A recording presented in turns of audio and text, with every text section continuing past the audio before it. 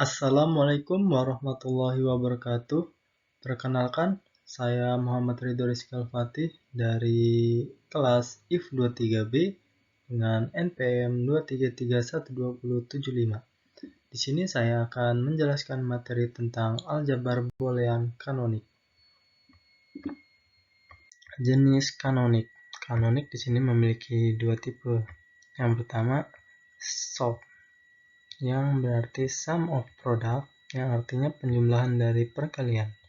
Dan yang kedua itu POS, yang berarti product of sum, yang artinya perkalian dari penjumlahan. Di sini kita langsung contoh aja. Nomor 1, F buka kurung X, Y, Z, tutup kurung sama dengan X aksen dikali Y aksen dikali Z, plus X aksen X dikali Y aksen dikali Z aksen, plus X dikali Y dikali Z, yang berarti SOP. Tadi SOP itu berarti sum of product, yang artinya penjumlahan dari perkalian. Berarti ini penjumlahan dari perkalian, ini perkalian.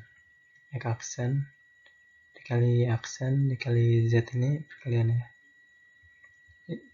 Istilah untuk SOP itu minterm. Nah, contoh yang kedua itu G buka kurung X,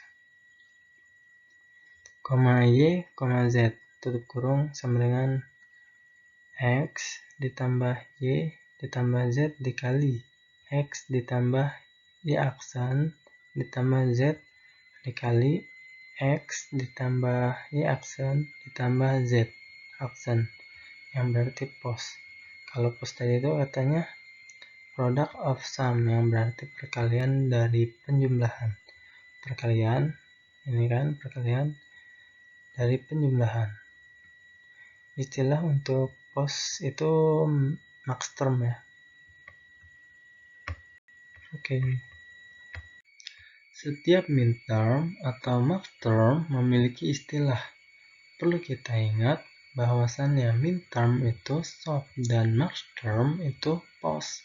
Jadi, variabel X dan variabel Y term dari X aksen dikali Y aksen sama dengan 0. Kenapa bisa 0? Karena X aksen sama dengan 0 dan Y aksen sama dengan 0. Seperti halnya max term, X ditambah Y sama dengan 0. Kenapa di sini bisa ditambah dan di sini bisa dikali? Karena min term, perlu kita ingat bahwasannya min term itu SOP. SOP yang berarti sum of product. Di sini kita mengambil produknya.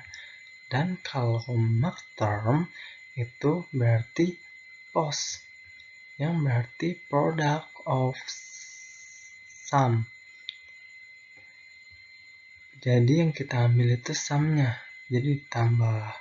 Terus perbedaannya max term sama mix term itu, kalau max term M besar dan mix term itu M kecil.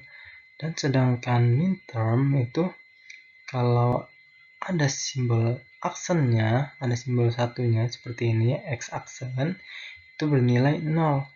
Dan kalau max term itu kalau ada aksennya bernilai 1.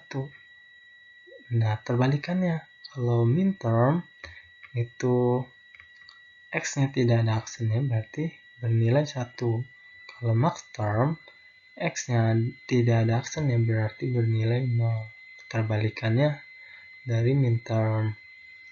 Nah, yang kita perlu ketahui bagaimana kita mencari M0, 1, 2, 3-nya.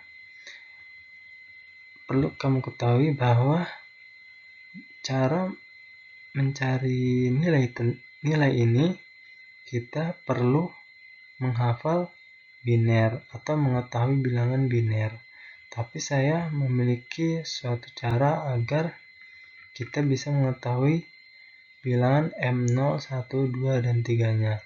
Hanya perlu kita melihat bilangan variabel yang paling kanan itu bernilai 1, dan sebelahnya lagi yang kiri bernilai 2, dan yang kiri bernilai 4. Hanya perlu kita lipatkan. 1 dikali 2 adalah 2, 2 dikali 2 adalah 4, 4 dikali 2 adalah 8. Seperti itu.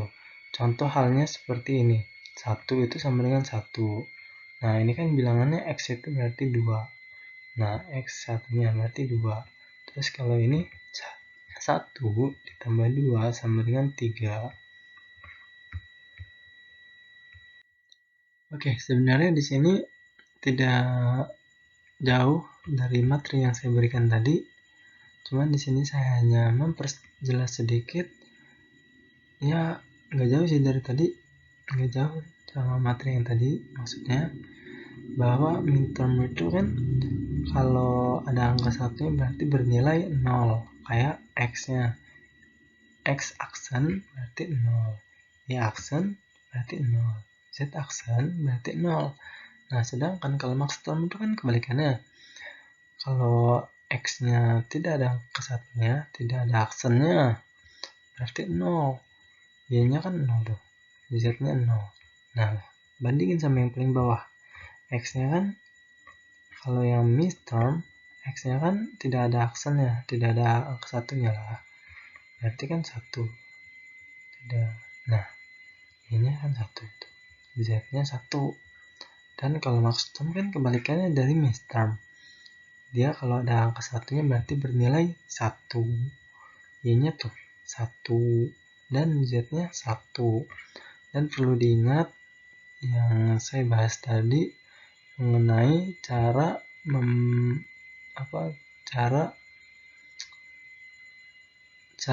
melihat simbol 0, 1, 2, 3, 4, 5 sampai seterusnya itu dikali 2, dari 1 dikali 2, 1 sebelah kirinya dikali 2, Y-nya berarti 1 dikali 2, 2. Terus makin ke kiri dikali 2 lagi, 2 dikali 2, 4, dan seterusnya. Jadi contohnya seperti ini. Ini kan 1 paling kanan, terus sebelah kirinya 2, 1 ditambah 2 berarti 3. Dan ini kayak gini, Z-nya kan 0, satunya kan 0. Berarti Y-nya kan 2, X-nya kan 4, 4 ditambah 2 berarti 6. Terus kalau ini kan Z-nya itu satunya ada, Y-nya juga ada, X-nya juga bernilainya 1 kan. Jadi 1 ditambah 2 itu 3, ditambah 4 itu 7. Oke, di sini saya akan memberikan contoh soal. Nyatakan tabel kebenaran di bawah ini dalam bentuk canoic SOP, SOP, dan POS. Di sini kita mencari SOP-nya dulu ya. Kombinasi nilai penuh yang menghasilkan nilai fungsi sama dengan 1.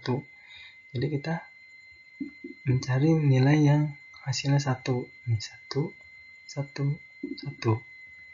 Berarti 001, 001, 100, 100, dan 111, 111. Maka fungsi booleannya dalam bentuk canoic SOP adalah f buka kurung x, y, z tutup kurung sama dengan x. Perlu diingat materi yang telah saya berikan sebelumnya, bahwasannya kalau SOP itu yang bernilai satunya yang tidak ada. Oke, di sini kita mencari nilai POS. Nilai POS itu mencari yang hasilnya 0 kan. Jadi yang hasilnya 0 itu ini 0, 0, 0, hasilnya 0. Terus 0, 1, 0, 0, 1, 0 yang hasilnya 0. 0, 1, 1, 0, 1, 1 yang hasilnya 0. 1, 0, 1, 1, 0, 1 yang hasilnya 0. Dan 1, 1, 0 yang hasilnya 0. Maka fungsi boolean dalam bentuk canoic POS adalah f buka kurung x, y, z tutup kurung sama dengan, perlu diingat sekali lagi saya Ingatkan bahwasannya pos itu yang bernilai nolnya itu yang tidak ada aksennya, sedangkan kalau yang ada aksennya itu bernilai 1. Jadi pos dari kanonik tersebut adalah X plus Y plus Z dikali X plus Y aksen plus Z dikali X plus Y aksen plus Z aksen dikali X aksen ditambah Y ditambah Z aksen dikali X aksen ditambah Y aksen ditambah Z. Atau dengan menggunakan lambang maxterm, F buka kurung X, Y, Z tutup kurung sama dengan M0. M0 nya kan dari sini 0, 1, 2, 3, 4, 5, 6, 7. Tuh. Kenapa dikali? Jadi pos itu adalah product of sum. Yang kita ambil itu sumnya. Sum berarti dikali M0 dikali M2 dikali M3 dikali M5 dikali M6. Produk ke kurung 0,2, 3,5,6.